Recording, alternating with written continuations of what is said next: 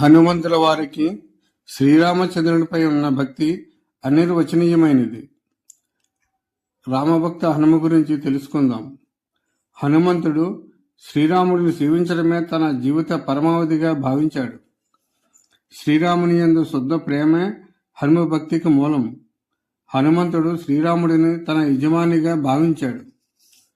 హనుమంతుని భక్తి దాసీభక్తి అనే మార్గానికి అత్యున్నత ఉదాహరణ. రాముడికి సేవ చేయడం ద్వారా తనకు ఏ విధమైన ప్రతిఫలం కావాలని హనుమంతుడు ఎప్పుడూ కోరలేదు. శ్రీరామ సేవలో తరించడమే తన ఏకైక ధ్యేయంగా భావించాడు హనుమంతుడు. రామభక్తుడిగా ఉండటమే నాకు గర్వం అని తరచూ హనుమంతుడు పేర్కొన్నట్లు తెలియవస్తుంది. తనకు శక్తి సామర్థ్యాలు అపారమైన జ్ఞానం ఉన్నప్పటికీ హనుమంతుడు కేవలం రాముడి ఆజ్ఞలను నెరవేర్చడానికే పనిచేశారు. సముద్రం దాటి లంక చేరటం, సీతమ్మను కనుగొనటం, లంక దహనం, సంజీవని పర్వతం తీసుకురావడం ఇవన్నీ హనుమంతుడు రామభక్తి శక్తితో జరిగినవే. హనుమంతుడు చేసిన ప్రతి కర్తవ్యము రాముని ఆజ్ఞ కోసమే.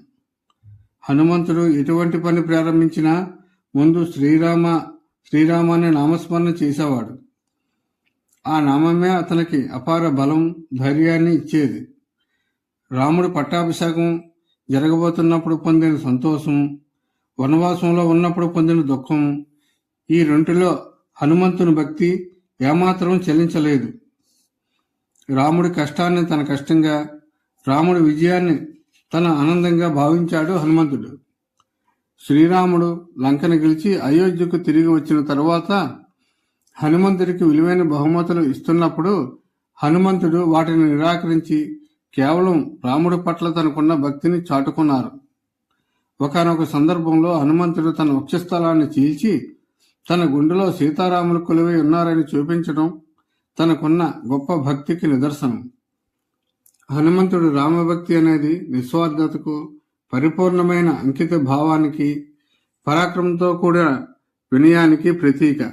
అందుకే భక్తి మార్గాన్ని అనుసరించే వారికి హనుమంతుడు ఒక ఆదర్శమూర్తి. సర్వే జనా సుఖినో భవంతు.